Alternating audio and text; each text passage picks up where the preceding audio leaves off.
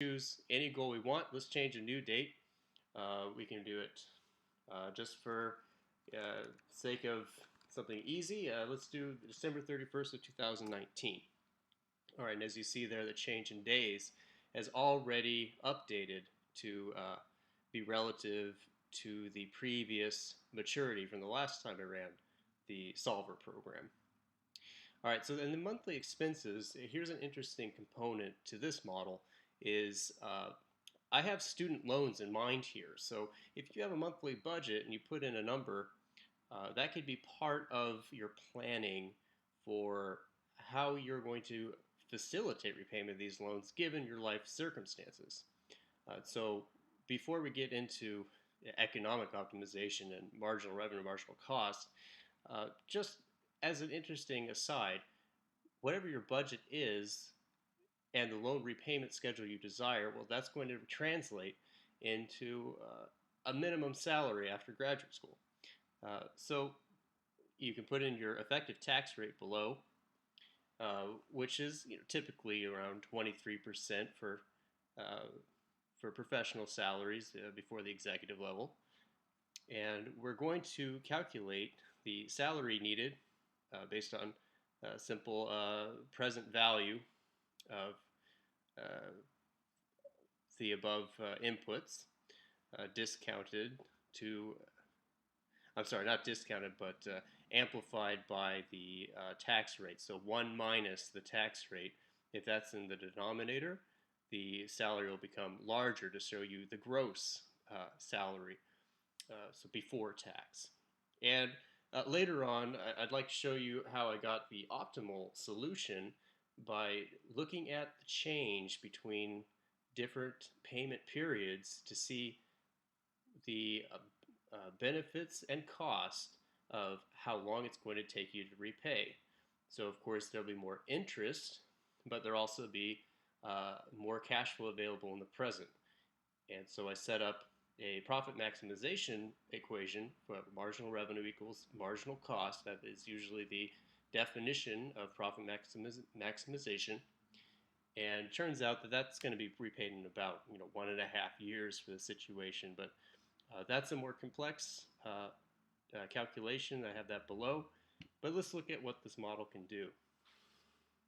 All right, so we put in a new goal, and let's change our monthly expenses to something different. So maybe 4278. How about that? Let's keep the tax rate near there, but let's change it to 22%. All right. So a lot has not changed yet. The change in days is still the same. The payment has been determined from the last time we ran the solver. And before we do run the solver, let me discuss a little bit about this loan table below.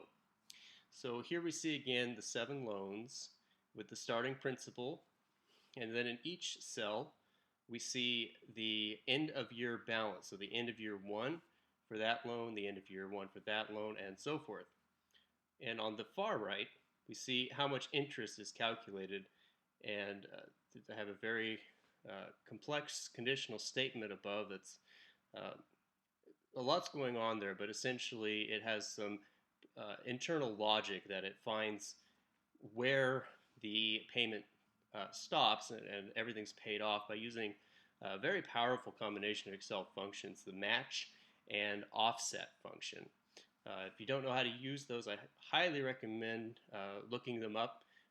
They can greatly empower your models to be able to work within the same column. So if you have that logic in there, there's no need to have another table somewhere else or to have it more cumbersome. It can figure it out for itself where the table's supposed to end. Okay, so then at the final bottom, we see how much is the total we paid, and that's uses quite a long equation up there, but don't be too scared of it. It's just looking up the details based on the name of the loan. So ABC, ABC, and then which column to pull data from. So that data gets pulled down there, and then a calculation is made so that we know the total amount of payments at the month previous to final repayment, and then we calculate the exact payment, including the last month's interest, to get a perfectly exact figure, rather than just multiplying the total number of months that payment is in process by the monthly payment. That would not be accurate. And so by simply subtracting the total paid from the principal, we can determine how much interest was paid over the repayment period. Okay, so let's get started and show you the solver Java applet, which is unfortunately not native to the Mac version of Microsoft Excel. In Windows, because the Windows architecture is very uniform, it is embedded in Excel, and you can enable it by turning on the data analysis pack and other options like that. So let me make that smaller, and let's bring up the solver program. So it usually shows up under Tools, and then at the bottom, Solver. This isn't going to come with normal prepackaged Microsoft Excel. You have to go to the internet, download this program, and install it. It's completely free. I think it's even open source, and it is very powerful. All right, and I apologize if it's a little small here. Something about the way Excel is rendering this Java program that's not native to itself comes out a little small. But basically what we want to do is make all that change in days 0. So all of these days should end at the same, and we'll know that's true if this box here is 0, which is the sum of this column G. So if all the loans end at the exact same time and all the numbers are positive and this is 0, well, that means that our mission has been accomplished and all the loans will finalize on the same day. So we put in some constraints. The first constraint is column D, the payments, well, they have to be positive. We're paying the bank's not paying us, so we want to make sure those are non-negative values. So we set that column greater than or equal to 0. And here's another important thing. If you have covenants in your loan where there is a minimum payment stipulated and it can't just float around, yeah, this is the place to do that. So for example, on D5, this loan has a minimum contractual payment of $95.77. So you make sure that the solver program doesn't change that to be below. And the logic in the rest of the model will simply let that loan expire early if the case may be that the $95 will be too fast for it to end with the rest of the loans. And finally, as I mentioned before, column G, the change in days, well, those need to be equal to 0. That's kind of the point of the whole model, is that we want to keep changing that payment so that when we do the time value of money calculations, the maturity date changes until it equals our goal repayment date. And that's the most important constraint in this model. Again, the algorithm you use anytime you don't have, anytime you have powers greater than 1 or less than 1, you need to use nonlinear because these are basically geometric sequences.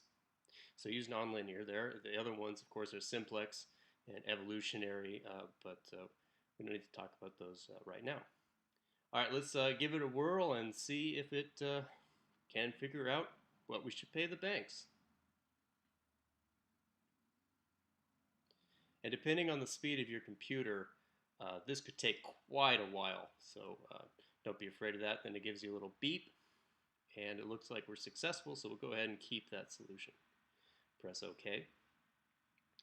Okay, so remember our goal was December 31st of 2019. Well, look at this. So all these have changed to 2019. And the change in days is the number of periods calculation. It's one of the built-in time value of money equations in Excel. So that's how many days we'll be repaying. In the payments, you see how these are very long decimals. That comes out probably pretty small on your display. But these are exact calculations. The computer has, I think, 14 decimal points of resolution. So it's very accurate and very powerful. So these are the payments that we would make on each one of these loans, this whole set of unconsolidated loans with different interest rates. Here you see 7.9, 6.8, 2.875, and they're all different. So we need to adjust the payment periods, get all this zeroed, and be successful and be debt-free in 2020. Okay, so let's look at what happened down at the loan table.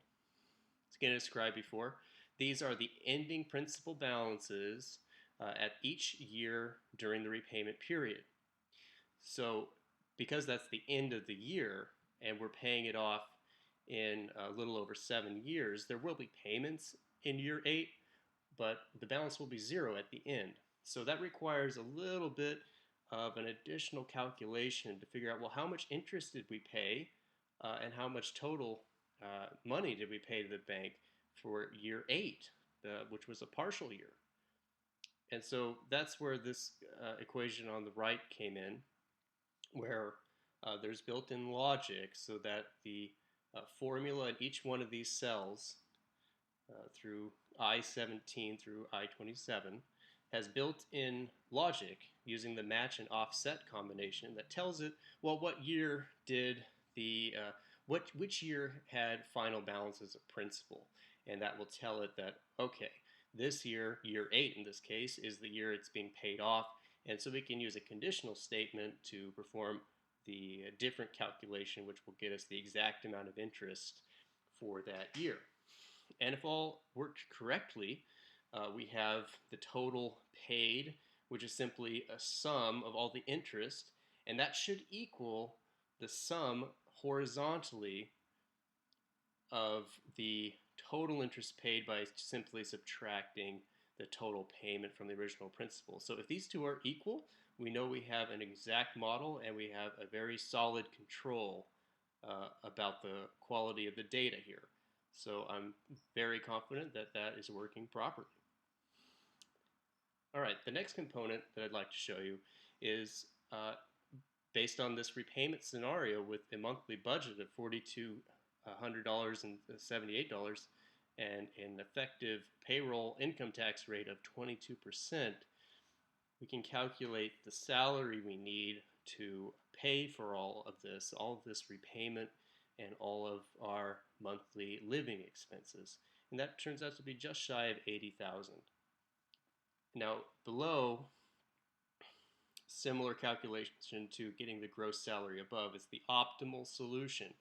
And this is a theoretical repayment plan that, as you see, this is a constant, and this itself is another solver solution. I'm not going to demonstrate all of that because it's fairly tedious, but below, what I did was I did theoretical point estimates, time to maturity of 10 years, 9 years, 8 years, and so forth, and figuring out from the computer every time I ran solver, it would tell you the payment, the total monthly payment that is for all 7 loans, and the interest, the total interest paid.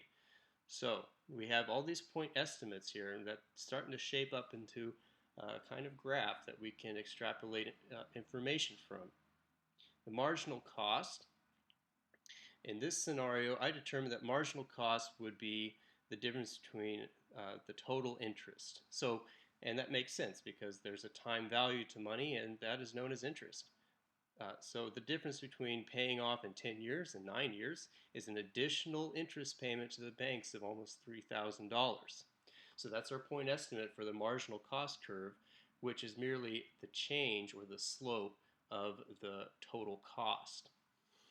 And also we take an average of average yearly interest payment merely by dividing one into the other. So B35 here, the interest, divided by B33, the years. So the average yearly payment, it's very obvious on year 10, is $24.32.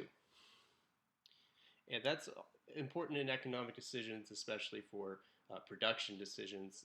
I don't use it too much here, merely for demonstrate the size of the interest payment. But it's very important on production to be aware of your average variable cost. So that's the row 37. And marginal revenue, this was